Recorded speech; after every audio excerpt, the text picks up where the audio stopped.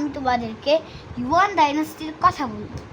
Yuan dynasty হয়েছে যেটা হলো সোয়াং ডাইনাস্টিকে ডিফিট করেছে। আর ইউয়ান ডাইনাস্টির ফ্ল্যাগ হলো মঙ্গল এম্পায়ারের ফ্ল্যাগ আর সাথে সেম। ইউয়ান ডাইনাস্টির ফ্ল্যাগ হলো প্রথম অ্যাডপ্টেড ছিল, তারপর মঙ্গল এম্পায়ার সেম ফ্ল্যাগটা অ্যাডপ্ট করেছে। ইউয়ান ডাইনাস্টি হলো একটা চাইনিজ ডাইনাস্টি। সেটা হলো Mongolia, North Korea, South Korea, Manila island, Taiwan আর ইস্ট চায়না, মঙ্গোলিয়া দিয়ে এই এম্পায়ারটা বানানো হয়। আর 8 নম্বরে রয়েছে আব্বাসিদ খলিফাত। আব্বাসিদ খলিফাত ছিল উমাইয়াদ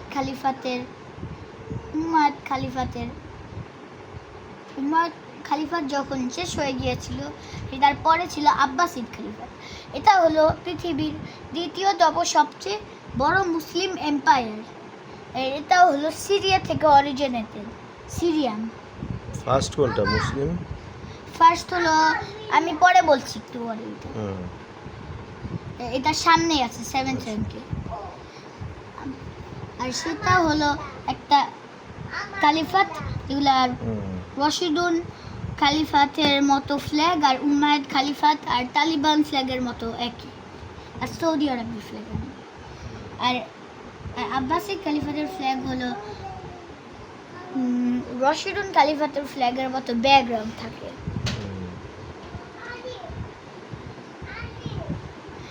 আর তারপর এটা সিরিয়া থেকে অরিজিনেট হয় আমি বললাম। আর 7 নম্বরে হচ্ছে উমাইয়াদ খালিফাত, আর পৃথিবীর সবচেয়ে বড় মুসলিম এম্পায়ার। আর চতুর্থ সবচেয়ে বড় নন কলোনিয়াল এম্পায়ার উমাইয়াদ খালিফাত।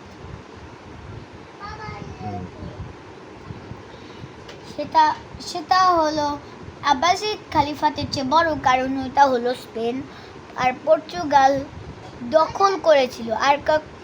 আর ককাস রিজন দখল করেছিল। এই দেখে উমাইয়াদ খলিফাতটা আব্বাসিদ খলিফাতের চেয়ে একটু বড়।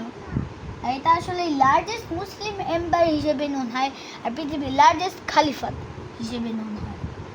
এটা হচ্ছে প্রথমে চার খালিফ হলো এই খালিফাতটা রুল করেছিল। সেগুলো হলো আবু বকর রাদিয়াল্লাহু তাআলা আনহু, উমর রাদিয়াল্লাহু তাআলা আনহু, উসমান রাদিয়াল্লাহু তাআলা আনহু, আর আলী রাদিয়াল্লাহু তাআলা আনহু। অলসো আলী রাদিয়াল্লাহু তাআলা আনহু কে নোন হয় পৃথিবীর সেরা জেনারেল ও সেরা মুসলিম জেনারেল পৃথিবীতে। আর নাম্বার 6 রয়েছে ফ্রেঞ্চ কলোনিয়াল এম্পায়ার।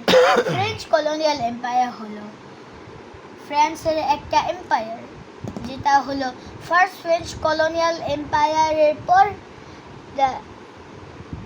একটা ফ্রেঞ্চ রেভলিউশন হয়েছে, নেপোলিয়নিক রেভলিউশন। তারপর মানে ফার্স্ট ফ্রেঞ্চ কলোনিয়াল এম্পায়ার ছিল, তারপর নেপোলিয়নিক ফ্রান্স হয়েছে, তারপর ফ্রেঞ্চ কলোনিয়াল এম্পায়ার হয়েছে।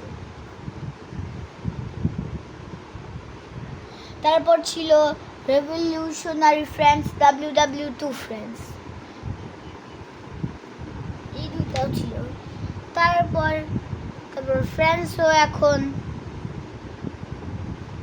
হলো তখন ইউরোপের একটা সুপার পাওয়ার ছিল। মানে নেপোলিয়নিক ফ্রান্স ছিল হলো 1803 সাল থেকে। এখন ফ্রেঞ্চ কলোনিয়াল এম্পায়ার ছিল অনেক বড় একটা। তার ফ্রান্স নামটা এসেছে হলো ফ্র্যাঙ্ক থেকে। আর প্রথমে ফ্রান্স ডিসকভার্ড হয়েছিল, তারপর ফার্স্ট ফ্রেঞ্চ কলোনিয়াল এম্পায়ার। ফ্রান্সের নামটা এসেছে হলো ফ্র্যাঙ্ক থেকে, কিংডম অফ ফ্রান্স। আর ফ্রান্সের প্রথম রয়্যাল ফ্যামিলি নামে ছিল Frank, the family of Frank. তারপর এখন আবার ফ্রান্সিসও আছে, ফ্রান্সিস একটা নাম ফ্রান্সের, সেটাও হয়।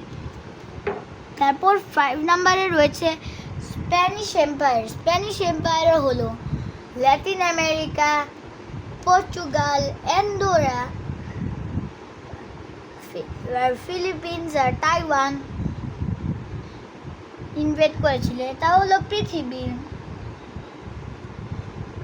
তৃতীয়তম সবচেয়ে বড় কলোনিয়াল এম্পায়ার, স্প্যানিশ এম্পায়ার। পৃথিবীর পঞ্চম লার্জেস্ট এম্পায়ার, সেটা হলো স্পেন থেকে অরিজিনেটেড হয়েছিল। আর উমাইয়াদ খলিফাটা হলো সৌদি আরব থেকে অরিজিনেটেড হয়েছিল।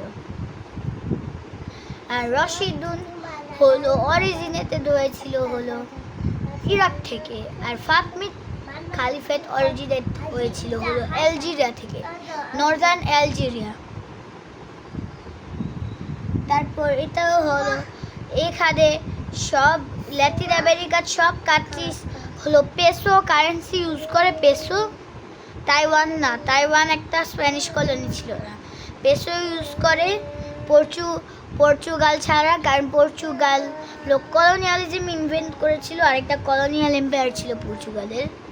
তারপর সব পেসো ইউজ করে। আর ল্যাটিন ভাষায় কথা বলে, মেক্সিকান বলা যায়, প্যানামার বলা যায়, কলম্বিয়ান বলা যায়, স্প্যানিশ বলা যায়, ফিলিপিনো বলা যায়। 10 নম্বরে হচ্ছে কিং ডাইনেস্টি।